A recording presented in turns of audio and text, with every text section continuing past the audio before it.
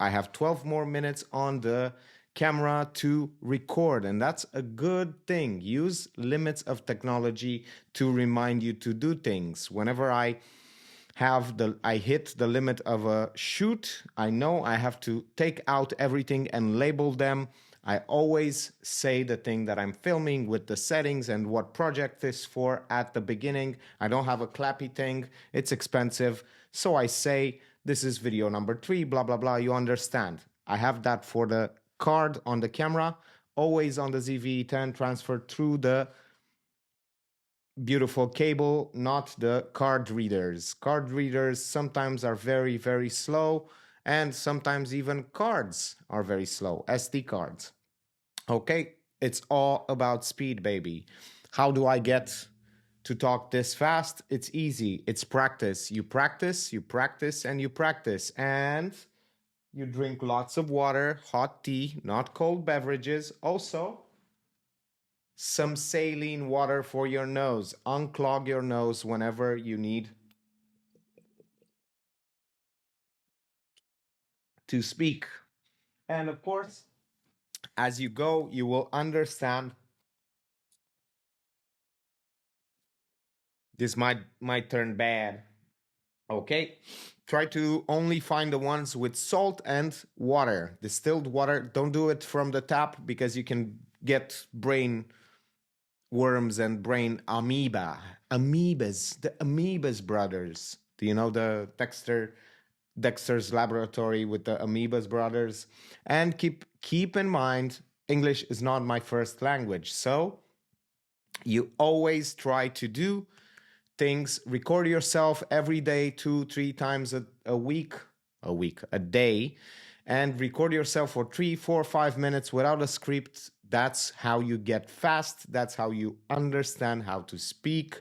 I don't have to speak that fast, but I like to speak fast because it's much easier. It pumps me up. And of course, let's go back to the limits of technology. Storage. I have storage limits on that card, storage limits on the SSD, and storage limits on the hard drives and the NAS. So whenever every limit I hit triggers an event. The limit of the card triggers the dump and the labeling of all the footage. It's so important to label, have a system to label all your footage. If you're like me and you record like 300 gigabytes or more every day, then it means you are gonna need to understand how to label everything and use labels across color, code, everything. It saves so much time. And learn to automate things. Like, for instance, if I plug all 3 of my cameras and run a bit of script done with ChatGPT, it automatically transfers everything into a beautiful folder with the structure that I want, and everything else. Just spend the time to automate anything. Press enter on the script with Python, and then beautifully transfer everything. Automation can be done also in DaVinci Resolve. The audio can be synced so that the music lowers if you have gaps in speech. Big gaps, not like this, not if you speak and you do one take. What other things we can speak about? Always, instead of buying the newest, best laptop, buy a secondary laptop. Don't exchange your old laptop for a new one. It's bad. To sell your old laptops means you are not now giving up on a machine that can do work for you. I've transformed one of my old laptops into a NAS.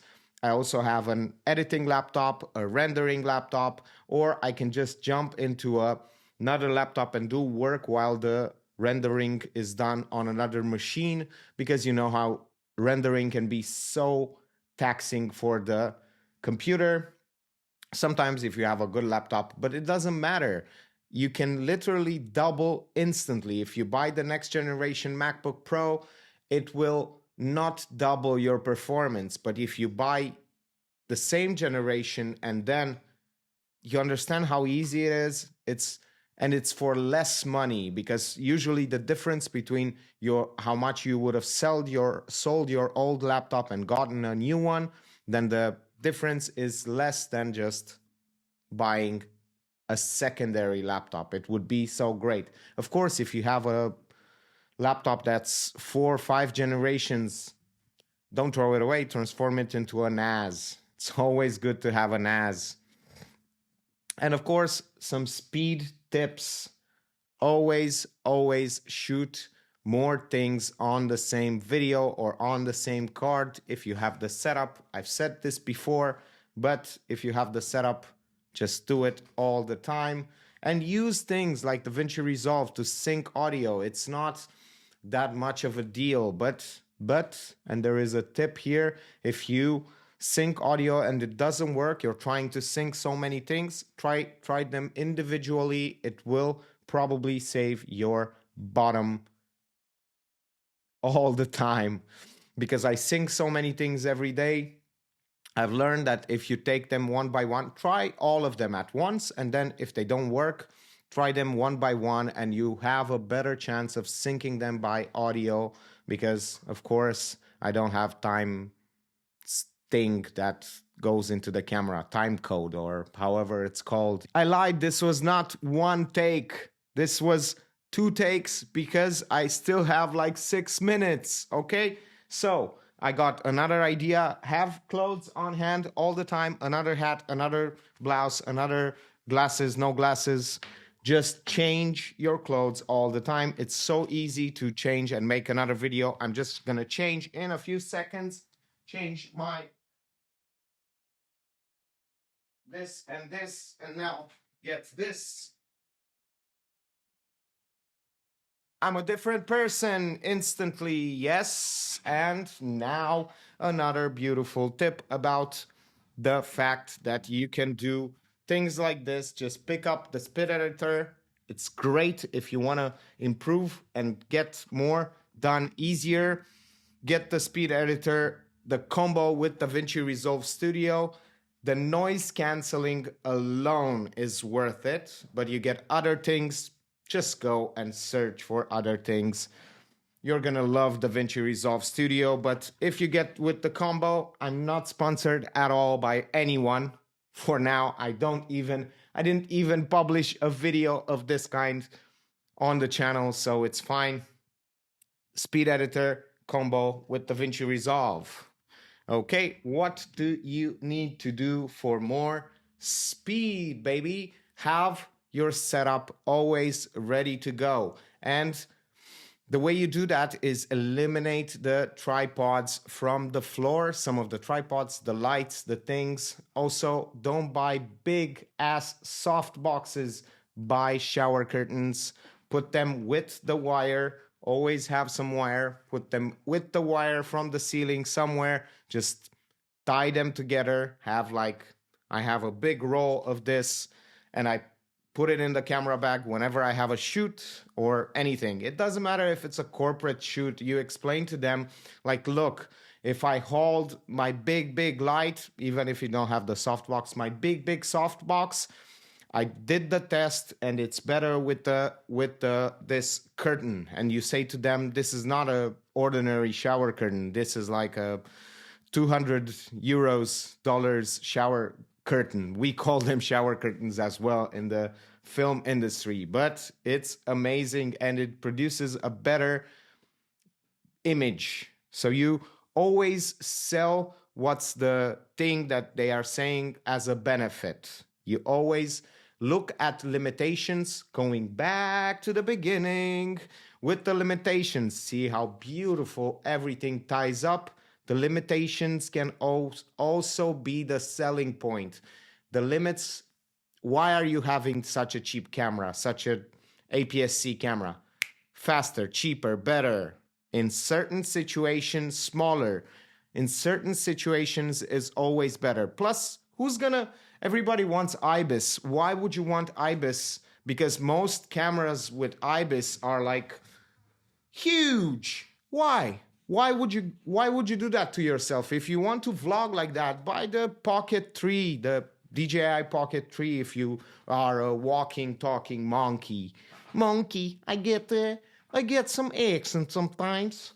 So the limits of your things are also the biggest strengths. Like, for instance, another limit is the recording time. It keeps me to 2.5 hours on battery.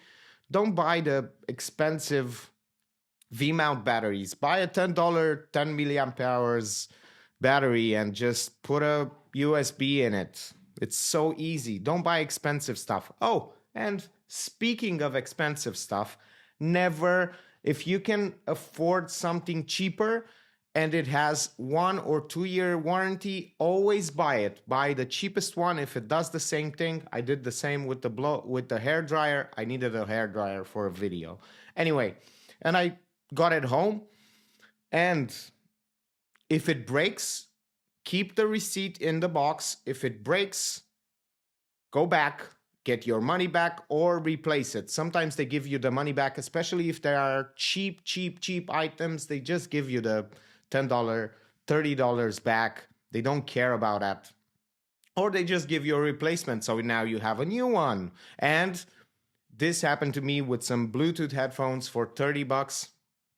I changed them like 4 times, and then when they broke, I got the money back and I bought new ones. And of course, with the warranty from another shop, 2 year warranty. Now I have headphones for another 2 years. I know well, that's the law. I'm not a lawyer. I don't make lawyers, and do not listen to me. I'm just a guy with a mic with a beautiful ZV-E10 camera, 3 of them. And don't listen to anything I say. I'm not able to give legal advice on what to do and how to replace things, but I do buy things cheaply. And if they break lawfully, I just get a replacement or my money back according to the shops. I don't break them on purpose, according to the shop. Yeah. So cheaper. Always buy cheaper things. Sometimes the limitation of a tripod being so small and breakable, that's its biggest strength. Think of limitations as strengths as well, because sometimes they are.